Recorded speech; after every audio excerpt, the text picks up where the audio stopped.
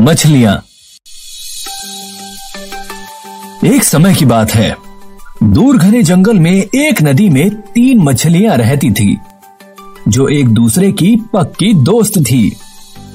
तीनों मछलियों का स्वभाव एक दूसरे से बिल्कुल अलग था। पहली मछली बहुत ही समझदार थी, जो आने वाले संकट को पहले ही भांपकर अपना बचाव कर लेती थी। दूसरी संकट आने पर अपना बचाव का तरीका निकाल लेती थी। और तीसरी थोड़ी लापरवाह थी, जो सब कुछ किस्मत के भरोसे छोड़ देती थी।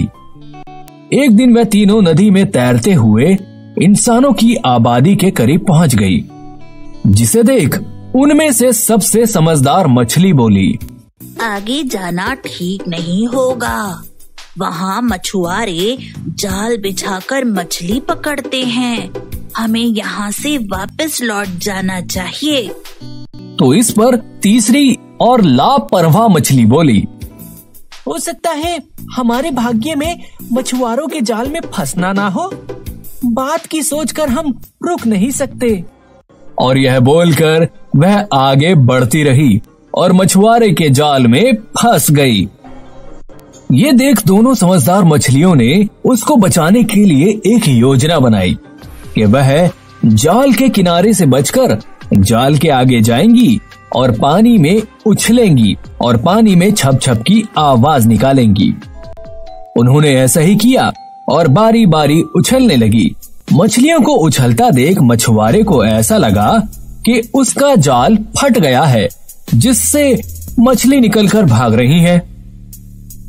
तो उसने जाल को हल्का सा ढीला कर दिया और फिर वापस झटके से खींचा, जिसकी वजह से तीसरी मछली को जाल से निकलने का मौका मिल गया और वो आजाद होकर वापस अपने साथियों के साथ नदी में लौट गई।